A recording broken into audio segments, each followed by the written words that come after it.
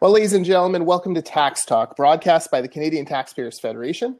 My name is Jordan Bateman, and I'm the British Columbia Director of the CTF. Now, my usual co-host, our Alberta Director, Paige McPherson, is away on assignment, as they say, today. But the only person who could possibly replace an Albertan is another Albertan. So I'm pleased to welcome live from Fort Saskatchewan, Alberta, the CTF's Vice President of Communications, my boss. Everyone say hello to Scott Hennig. Well, hello. Thanks for having me on, Jordan. Hey, thanks for being on. And thanks to everyone else for joining us here live on Blab for Tax Talk. In a few minutes, Scott and I are going to chat about a huge case for tax law in Canada, Leroux versus the Canada Revenue Agency. This is a long-running court battle that has resulted in a significant victory for taxpayers in Canada. Thanks to Irvin Leroux's persistence, the BC Supreme Court found that the CRA owes taxpayers a duty of care in the way they deal with us. So Scott and I are going to talk about what all that means. But first, lots of ways for you all to connect with us. If you've joined us here live, make sure to subscribe to our feed to keep track of all our shows. You can comment in the sidebar, tweet me at Jordan Bateman, or even click call in to ask us a question live on video. You can also type into the chat and we'll get your question there. The Canadian Taxpayers Federation is a nonprofit, nonpartisan advocacy organization dedicated to just three things: lower taxes, less waste, and more government accountability. That's what drives all of the communications, research, and advocacy work we do. Work you can see at taxpayer.com, on our Facebook page, facebook.com/taxpayer.com, or on our YouTube page, youtube.com/taxpayer.com. Heck, pick a social media platform, type in taxpayer.com. We'll probably be there. Who knows, maybe even on Tinder. I haven't been on there, so I can't tell you if we're there or not. I hope not. Swipe right if we are. All right, now, Scott. Anything? I don't know what that is. I don't even know. Oh, sure. Scott, we like to start out the shows with talking about anything new. So, anything new that's caught your attention this week that you want to bring to the masses? Sure. Yeah, it was actually late last week. There was a story in the National Post about a new distillery in Toronto. In fact, the first distillery that has been opened in Toronto in about 80 years, the Toronto Distillery Company. And if you go to our Facebook page, facebook.com/taxpayer, DOTCOM, and it's up there. It's posted up there. It's really fascinating. Essentially, these owners of this distillery, both the lawyers, they're suing the Liquor Control Board of Ontario over the markups. They're essentially arguing that the markups are a de facto tax. And since those markups were not passed by the legislature, this is taxation without representation. And I think that it's a fascinating case. I don't know if they're going to win. I'm not a lawyer, but if they do win, I think there could be some interesting ramifications for the rest of the country. I mean, we've all seen governments on budget day, they raise gas taxes or tobacco taxes or liquor taxes or whatever, and it comes into effect immediately. Even though that budget hasn't been passed, they come into effect immediately. We saw the most bizarre situation in Alberta last year, where Jim Prentice and his short-lived PC government introduced a budget that raised fees and taxes on like 50 different items, including a 4 cent per liter gasoline tax. That gasoline tax kicked in almost immediately that night, yet that budget was never passed. I mean, that was essentially just a party's platform introduced into the legislature and basically taken and run as law, even though it never passed as law. So I do think there could be some interesting ramifications. I mean, these guys hope with their lawsuit, if they're successful, it will force the Ontario government to go into the legislature and vote on the size of the tax, or as it were, on their product. And they're also hopeful that when forced on a vote, legislators will be a little more kind and not take about $20 out of their $30 bottle of bourbon. Mm-hmm. Yeah, I was thinking about this from a BC perspective, and the BC government just went through a whole process of tweaking all of these various stocking fees. So for some crazy reason in Canada, probably historic, going back to Prohibition, all alcohol seems to have to pass through the government's hands at one point or the other before it can come to us, the consumer, even if it's just on paper. So you have in BC, the liquor distribution branch running huge warehouses, buying wine from wineries and then often shipping it back to a winery, the same winery or other wine shops next door, which seems incredibly inefficient and the kind of system that only a government could design. So, if there is a way to legally challenge this. I think that I don't think there's a beer or winemaker across Canada who's not going to be watching this case with a lot of interest. No, I agree. I mean, we have a bunch of different systems, including Alberta's, where it's similar to BC's in that there is a government run or a government contract for a monopoly over the distribution system. But even Saskatchewan, we just went through a process in Saskatchewan where they're liberalizing some of their liquor laws, or they will be potentially after the next election. We'll see. But one of the crazy things there is that off sales could buy directly from buy certain types of beer directly from the beer maker. So if they're buying, say, Molson Canadian, they can go right to Molson and get their beer. But if they wanted to buy, something else, an Original 16 from the Great Canadian Brewing Company, or whatever they're called, Great Western Brewing Company, that they'd have to go through. They'd have to go buy it at retail prices and resell it at a much higher price. I mean, there was all kinds of crazy laws about where you can get your liquor from, what you can charge for. Even in Saskatchewan, there were certain beers you could put in the fridge and other ones you could not. Like, really, you could not put certain types of beer in a fridge, yet others you could. I mean, it was absolute mad. It is absolute madness. It continues, but there are some plans to change that after the next election. So here's hoping. Yeah, for sure. I think liquor policy is probably the most outdated part of what a government does. Certainly not a core priority. Not roads, not parks, not healthcare, not schools, not stuff that most people agree they should be in. And yet, because of entrenched public sector unions more than anything else, it's almost a sacred cow. We can't touch it. So, more power to the distilleries in Toronto if they can put a little chink in this armor. That's for sure. I had a couple of things on my mind for what's new. I've been following the U.S. presidential election pretty closely, obsessively. My wife would suggest. Poor man. It's a game in our house where I tune the TVs to a Fox News or CNN just to drive her crazy when she puts on the television after me.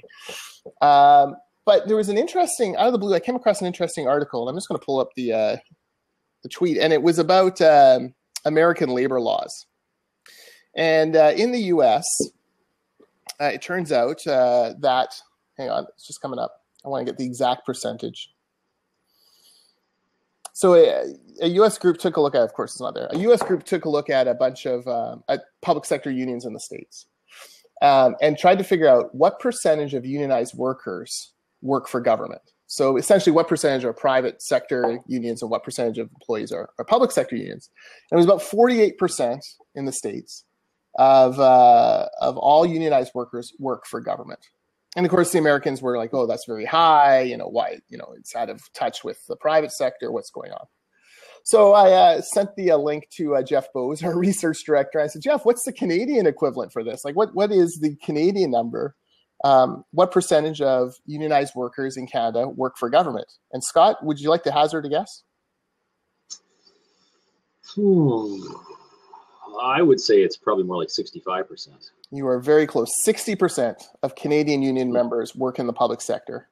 Back in 1997, it was only 52%.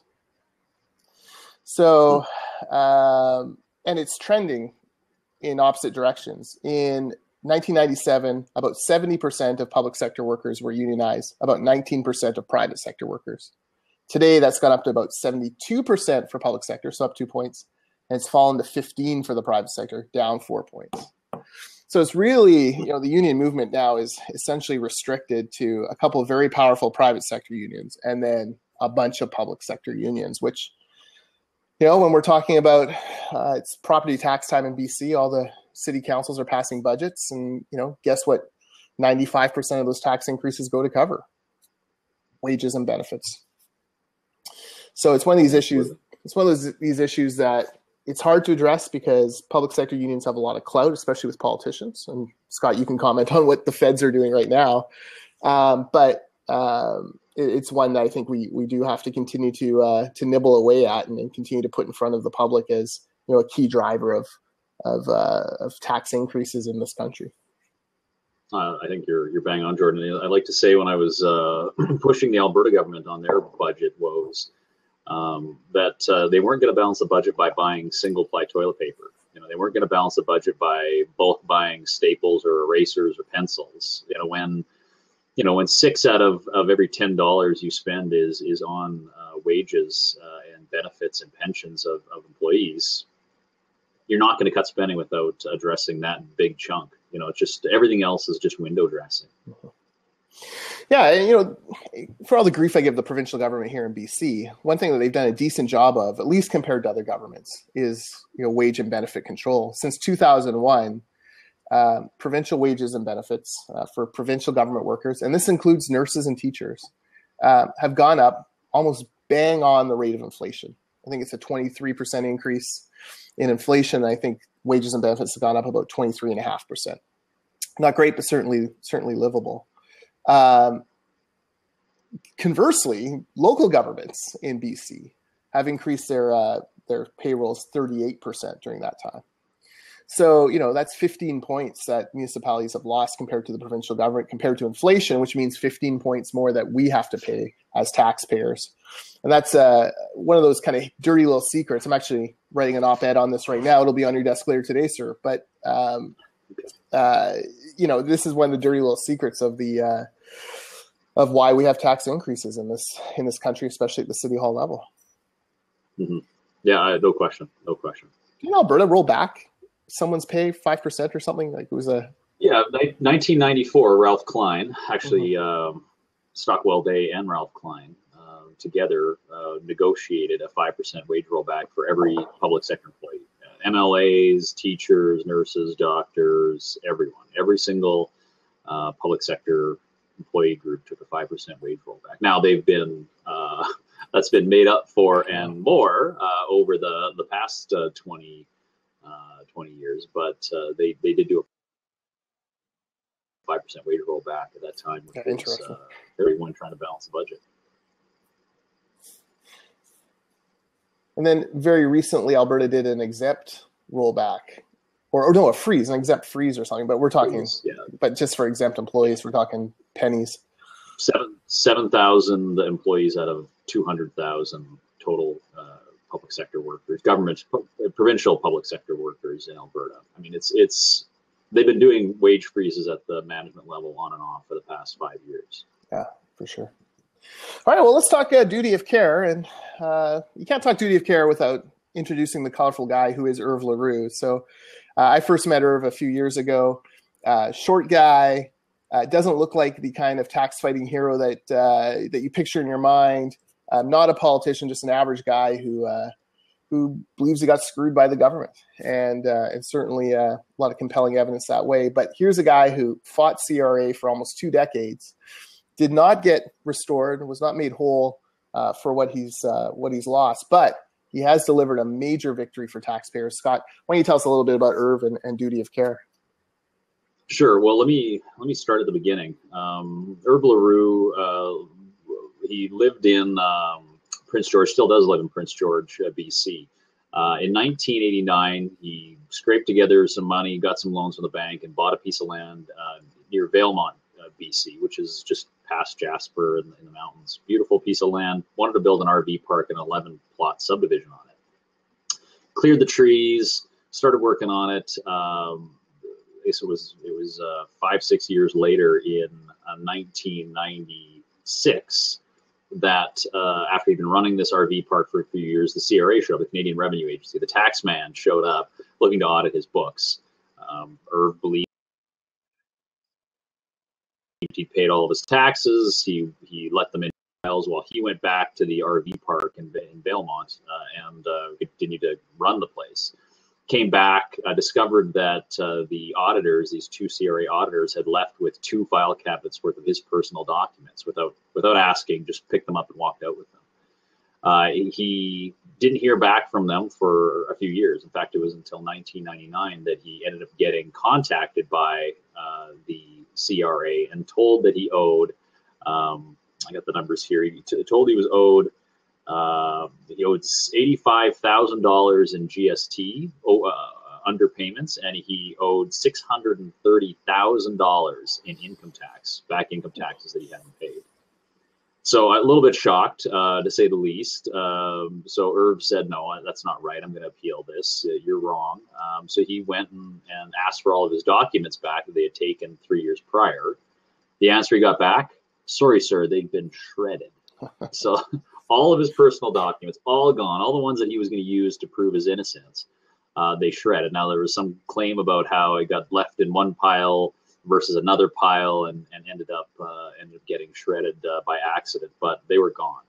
Now, there's also some allegations around this time that Irv was approached by one of the officials of the CRA and offered a deal. If he would bribe this official of the CRA with $25,000, he would make all of Irv's problems go away. Now, that might sound like not a bad deal when you're facing I guess with all the penalties and everything else, nearly $1 million tax bill. But Irv said no. And unfortunately for Irv, and I guess also unfortunately for this guy, this guy passed away. So Irv never got to put this guy on the stand in court and prove this allegation. It was his word. It was his word, essentially, against nobody's, because the guy was no longer alive. But now this has not been this point has not been proven in a court, but this is certainly something that Irv swears that did happen. Fast forward a bit, Irv's fighting these guys. Another few years go by. We get to around 2005. They're about to go into tax court over this $1 million bill. But right prior to this, the CRA started a writ of seizure on his land. They wanted him to start paying his tax bills, so they put a writ of seizure and sale on his RV park, forced him essentially to sell this park at rock bottom prices. His banks wouldn't renew the loans. They were worried about this writ of sale and seizure, so no bank would touch him anymore. Had to sell everything off. Had to sell off every single thing he had to pay back the bank the money that he owed them on the loans for the RV park. And then he was also having to sell his house, sell any of his assets, and empty his retirement account just to pay for his lawyers to fight the CRA. So that was all gone. Then he gets to 2005, about to go into tax court to fight the CRA in the tax court. The CRA changes their mind at that point, says, sorry, Mr. Leroux, we were wrong. You don't owe us $1 million. We actually owe you $24,000 in GST overpayments. I mean, believe it or not, it's stunning. It's absolutely stunning. So he's mad, obviously. His life has been destroyed. His houses have been sold to hire lawyers. His RV park, his business that he loved is gone. And, he's livid with these guys. He says to CRA, well, you better make me whole. Like, I've lost millions of dollars worth of my business and my own property. And they say, no, you should be happy. The system works. We were wrong. You were right. We fixed it. 10 years later, they fixed it after they bankrupt this man. So Irv went to his member of parliament, a gentleman by the name of Dick Harris, who heard his case, felt that Irv had been wrong, took it to the Minister of National Revenue. Took a little while to get the Minister of National Revenue to pay attention to it, but when they did, it was suggested to Dick Harris that if Irv sued the government, they didn't have any mechanisms to start cutting checks to people in Canada for that have been wrong done by the government. But they said if he sued us, we'll settle out of court. So we'll make him whole. So Irv did that. Irv scraped together a little bit more money. In 2009, he sued the CRA, expecting a real quick settlement. Didn't happen. They got a team of lawyers and decided to fight this guy. So that's where a group called the Canadian Constitution Foundation came in. Irv was basically broke at this point. Canadian Constitution Foundation, which is a charitable organization. You can visit their website. I think it's the ccf.ca. I think org. .org? I think so. That could be it. Try that. Just type Canadian Constitution Foundation into Google. You'll find them. But they're a group of lawyers who are dedicated to protecting and fighting for Canadians' basic constitutional rights and freedom. So they took on his case, fundraised for it, got him some lawyers, and helped him sue the CRA. Now, this isn't, I got to warn you, it's not, and Jordan, how the story goes, it's not all happy news. Irv sued them for $4 million. So what he felt was the cost of or the replacement cost of his business and everything else. He lost. He essentially lost that case, and he lost the case because the judge felt that there wasn't enough evidence to prove the value of his losses, or that his losses wouldn't have happened anyways, and that was the argument the CRA certainly suggested. But they didn't give the CRA any court costs. There was no court costs, partially because Irv was broke. But what the justice did rule, this is Justice Madam Humphreys, Madam Justice Humphreys of the BC Supreme Court, ruled that the CRA had a duty of care to Mr. Leroux, and they had violated that duty of care. Now, this may not sound like a big deal, but it is.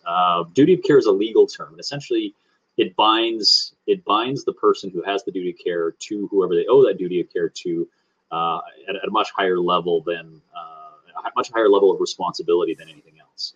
And if you violate that duty of care, it allows the person who's had that duty of care violated to sue them for negligence and prove damages. So I'll give you an example, a real world example, not one that's tax court wise, but if you're in a bar and you're ordering drink after drink after drink, the bartender, the courts have ruled, the bartender and the manager and the owner of that bar have a duty of care to their patrons. They have to ensure that that patron does not get overserved. And if they do, then that person or their family can sue the bar. So, you order drink after drink, bartender keeps pouring them, you get in your car and you run it over, you run into a bus full of nuns. That bus full of nuns can sue the bar owner and the bartender for violating their duty of care. That's a legal responsibility. Whereas you can't necessarily sue the car company, or you couldn't sue the distiller who made the booze that they were drinking, because they don't have a duty of care to that patron, whereas the bartender does. Very similar with CRA. I mean, it had been ruled time and time again, and this had been argued time and time again in tax court, that they care to individual taxpayers. And it came back time and time again that they don't. The court ruled they do not have a duty of care to anyone except for the Minister of National Revenue. So this was a very precedent-setting case. This was the first time in multiple attempts, and the first time in Canadian history, where a judge ruled there was a duty of care owed by the Canadian Revenue Agency to individual taxpayers. And if they violate that duty of care, they can be sued for negligence. Now, Irv will tell you that the reason he lost his case was because his original lawyer didn't introduce proper evidence, and there was some evidence that showed stuff that unfortunately wasn't ever introduced. Unfortunately that wasn't done at the time, and there was nothing that can be done about that at this point. But Irv decided to appeal this. Now, he was happy with the duty of care, but he still wanted his money back. CRA also decided to appeal it. They wanted both Irv to pay court costs and the duty of care provision removed. So now we're now into 2014, 2015. Canada Revenue Agency has they've hired a team of lawyers to go after it. The Canadian Constitution Foundation has no more money to go after this. They've exhausted their resource, and that's where we kicked in. That's where the Canadian Taxpayers Federation came into this story. We've been following this for years. We've been following the Irv Leroux saga for years, but finally we got in because there was no one else left to help Irv. So we decided to fundraise and get him two really good tax lawyers, or help him hire two really good tax lawyers out of Calgary to fight this appeal. Stop the loss of the duty of care, make sure the CRA wasn't successful in their appeal of duty of care. And if we could possibly get Irv any of his money, all the better. There was a settlement. We came to a settlement with the CRA. It was basically clear to Irv and clear to the lawyers that he was not going to win his appeal. You cannot reintroduce evidence. You can't introduce new evidence at an appeal stage, unfortunately. Unless there's declared a mistrial, but they weren't going to be able to introduce the key pieces of evidence that Irv felt was going to get him his compensation. We were also pretty confident we were going to win duty of care, but it's never a sure thing when you go into court. So what ended up happening was there was an agreement struck between the CRA and Mr. Leroux that enshrined a duty of care, left the duty of care decision portion alone, but dropped Irv's appeal completely on the costs. Now, that's all fine and well. We were happy with that. Irv was happy with that. And then the CRA decided, I don't know how best to phrase this, to... One last poke in the eye. Yeah, to be okay. Let's go with that. That's probably nicer than what I was about to say. They decided they wanted $10. They wanted $10 from Irv Leroux to pay a portion of his court costs. $10. Yeah. Now, I mean, I'll tell you, we had some discussions. I would have been really tempted to say, forget you, CRA. We're going to fight you in court. You're not getting this bloody $10 from a man you bankrupted. But at the end of the day, when you're fighting a government agency, I mean, they've got no end to the resources they have to, fight this in court. They could have dragged this out for years, over $10, and they could have maybe got a reversal of the duty of care decision. They could have found a sympathetic judge to reverse the duty of care decision. And we also couldn't justify spending, tens of thousands or more of our donors' dollars fighting over a $10 poke in the eye, as you put it. So in the end, Irv's cutting the CRA a $10 check to end this 20-year saga. And what will come out of it, though, is duty of care has not been touched. It's still in place. And we're hearing already that the tax lawyers from across the country are using this precedent-setting case in their own cases to help taxpayers who have been wronged by the CRA. And even if you haven't been wronged by the CRA, even if you haven't gone through an audit and had your stuff shredded and been bankrupt like Irv Leroux, we're real hopeful. And there's a lot of lawyers have suggested this will lead to internal changes at the CRA that will ensure that they handle taxpayers in a much more professional, proper manner to ensure that they don't open themselves up to lawsuits like this or other future ones. So it's a significant victory. And 70-year-old Irv Leroux, while he was bankrupt, and I feel my heart breaks for the man, what's happened to him. He is a hero. He's a hero for fighting this and for winning this duty of care. And I'll tell you, there's a lot of people who would have just laid down, paid the $25,000 bribe to have it go away. Would have declared bankruptcy and just and had this go away. Would have not, when they attempted to sue the first time and found out there wasn't going to be a quick settlement, just dropped it and went away. Irv Leroux has fought them every single step of the way, and if he hadn't, we wouldn't have got this important duty of care. Yeah, I can tell you. I mean, it's very rare for us at the Taxpayers Federation to get involved in individual taxpayers' cases because that's not what we're designed to do. I mean, we're about less waste, more government accountability, lower taxes, but we do that through influencing public policy.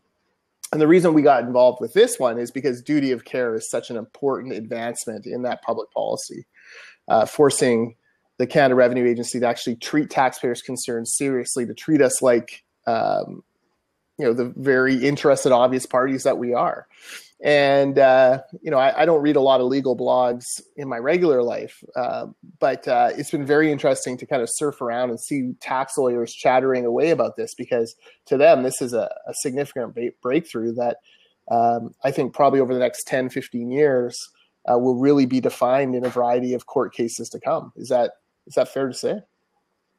It is, it certainly is. I mean, and this is not, while the Irv Leroux case portion of it is over, this still could come back up. I mean, tax lawyers could be, and they will be using this as a precedent-setting case in their arguments. But there might be a judge somewhere else, maybe BC, maybe in Saskatchewan, maybe in Ontario, that will overrule this and decide that duty of care is not, is not something that is owed. I think that you're going to have to find that the judge erred. And, if you read the judgment, the judgment is long and it's very interesting, and it makes the case quite strongly that this duty of care is owed. So I have a tough time believing we're going to see this overturned, but courts do strange things all the time that I don't understand. So who knows? But for now, it will certainly have an impact for the time being. Yeah, absolutely. And for Irv goes back to, I guess, regular life and starts to rebuild after this. And again, I'm with you. It's a shame that he wasn't made whole. But I don't know. If there's a guy who can land on his feet, it's Irv Leroux. Well, he's not quite done. He's done with the CRA. He's not quite done though. He is going to sue his original lawyer. Now, I don't take an opinion on this one way or another, and we're not going to get involved as an organization. I mean, it was already a stretch for us the first place, but this would be too far. His lawyer erred by not putting key pieces of evidence on the record, and he believes that there was malpractice involved, and he's going to sue. He's already filed the original notice. He's going to sue his original lawyer, and he might get compensation that way. He might end up getting a settlement from his lawyer's insurance company and get some of his money back. I don't think he's going to get the $4 million. A lot of people who were involved originally thought $4 million was going to be quite a stretch, but he might get some money back. But he's never going to get back 20 years of his life. He's never going to get back the RV park that went on to be successful, win awards, and everything else. He's not going to get back that passion. He's now 70 years old too. He's not, even if they gave an RV park, he's no longer in his 50s and able to probably run around and do all the stuff. Although I guess if anyone could do, you're right, it would be Irv. I mean, the guy is he's a machine. Yeah, he's a bit of a spitfire, Irv Leroux. He is. Yeah, he is. I wouldn't want to wrong Irv Leroux. I'll tell you, I wouldn't want to do wrong by Irv Leroux. No. Now, Scott, we should probably throw in a few caveats here. I mean, I know you get these calls. I get these calls. Every director gets these calls from people with very sad, difficult cases with the CRA. And, I'll usually let them talk, even though, I can't do anything because that's just not what we are. But you let them talk if for no other reason than to feel heard and to feel like someone out there empathizes with them.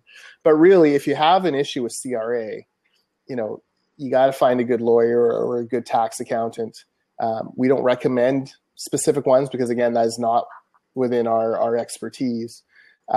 Find those good people, and then there's also the taxpayer ombudsperson, which is an interesting way for people to appeal these kind of decisions and try to get some fairness, and something that did not exist back when Irv Leroux started. No, that's right. The taxpayer ombudsman was I think it was started in 2007. It was a gentleman by the name of Paul Dubé. I think it's vacant right now, unless they found someone. He had left. He left, I think, in late 2014 or early 2015, and the position was vacant. Although the office is still open, they're still in operation. We should put up Irv Leroux for that job. That's actually not a bad idea. Although I don't know if Irv wants to leave Prince George and move to Ottawa, but that's actually not a bad idea. To professionally fight with CRA for the next 6 years of his life? Of course he would. Actually, that's a good point. He probably would. He'd probably enjoy that. But the Taxpayers Ombudsman's office, they don't have the power to overrule the CRA, but they have certainly the ear of the minister, and they have the authority to make recommendations, almost all of which have been accepted and approved. So when they find one that they think someone's been wrong, the CRA generally agrees with them and works to fix it. So we recommend that. But you're right. I mean, look, we get them all the time. It's not what we do. We don't have tax lawyers or accountants on staff. We don't, neither you or I have memorized the 3,000 and whatever pages of the Income Tax Act. We're just not set up for that kind of thing. In my 10 years at the CTF here, we've got involved with the CRA issue twice. The other one was another interesting case. It was there was a Calgary home builder who had they pay their taxes quarterly. I'm trying to remember this case because I wrote an op-ed on this, like, I don't know, it's probably 8 or 9 years ago now. They went and paid their taxes every quarter, and what they were doing was they had some problems at one time with a late payment, so they weren't going to take any chances. They walked a check right into the CRA office, 2 or 3 days before their taxes were due. Slid their check for it was a huge payment too. It was like $280,000 payment. It was a big home builder. That was their quarterly tax bill. They slid it through the wickets. They got a receipt. Went back to the office and went back to work building homes. And a week later, they got a fine. They got a 10% fine. So it was like a $28,000 fine. Oh, sorry, no, No, I'm wrong. Their payment was $2.8 million. Their quarterly tax payment was $2.8 million. Their fine was $280,000. That's right. Sorry. They got a $280,000 fine, a 10% fine, for paying their taxes in person rather than doing a direct deposit. I mean, it's crazy. Like you walk into a CRA office, they should be, on their knees thanking you for dropping off a $2.8 million check to pay your taxes. Instead, you got hit with a 10% fine. And we were hearing around the same time, people were getting fined for paying in cash as well. So if you showed up to a CRA office and you owed $1,000 and you gave them $1,000 cash, they were fining you a 10% fine as well for paying cash. In fact, the union, the union that employs most of the Canadian Revenue Agency employees were upset and were fighting with the government over this change in policy that wouldn't allow people to pay in person and people to pay in cash. I mean, it's legal tender, and the government was not accepting legal tender, nor were they accepting payments in person. Like, it was absolutely crazy. So we got involved with that one, and did some media, wrote some op-eds, and were able to convince the Minister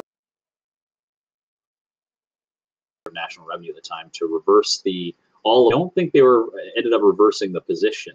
Their argument was that the time that it takes, or the impact of taking someone's large check, it was only for large remitters, but taking someone's $2.8 million check, going and cashing it, and having it go from their account to the government's account meant there was like a day or two that there would be, the interest would be collecting in the person's account rather than the government's account. That was their argument. And the one with cash was that it was becoming too much of a hassle to make change for people. I mean, again, that one's crazy. And I think they still have those policies in effect, but at least we were able to get people all of their fine money back for about a 2-year period. So those are the only two, but that's it. There's 2 times we've got involved with the CRA in my 10 years here. And but our phones ring, Jordan, your phone rings, my phone rings anytime we do anything related to CRA, because there are thousands and thousands of people who have stories. Not all of them as horrific as Irvin Leroux. Some of them have either intentionally or unintentionally not paid their taxes, or worse, they're trying to scam the system. And I'll tell you, I've got no time. I've got zero amount of time for people who are scamming the system. If you're running some bogus, charity software markup scheme that gives money to charity and gives you a massive tax break because it's a scam, don't call us. Don't call me. Don't call Jordan. We're not going to help you. We're going to have no sympathy. In fact, I often tell these people, pay your bloody taxes, because every single person that doesn't pay their bloody taxes means that people like Jordan and I and every other hardworking taxpayer has to pay more. So I have no time and no sympathy for those that are trying to scam the system. People I have sympathy for are guys like Irvin Leroux. And it's hard to separate the wheat from the chaff. It's hard to separate the scammers from the real ones. But I mean, at the end of the day, we only got involved with the Irvin Leroux one after it became a press case, and we're not likely and don't have the expertise to take on other people's cases where they've just been hard done by. So to your point, Jordan, get a good tax lawyer. Call every single province has a law society, and they have a lawyer referral service that will often give you free consultations. Call them up, get a free consultation. But maybe there should be, maybe someone else should create a group that does nothing but help poor taxpayers when they've been hosed over by the CRA. But unfortunately that's not us. Or fortunately, yeah, fortunately, it's not. Now, and by the way, if you're interested in these kind of tax scams and the absolute craziness of some people, go to taxpayer.com, buy the book Taxman Canadian by Mark Milkey. He debunks a bunch of them in there, and with much the same fervor as Scott and I feel about these tax scammers, because like Scott says, that's doing nothing but putting more burden on the real honest taxpayers in Canada.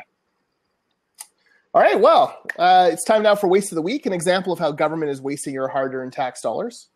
The good folks in Kelowna, BC, Scott, Kelowna, BC, one of the great vacation destinations in British Columbia, beautiful place, and also the constituency of our premier of British Columbia.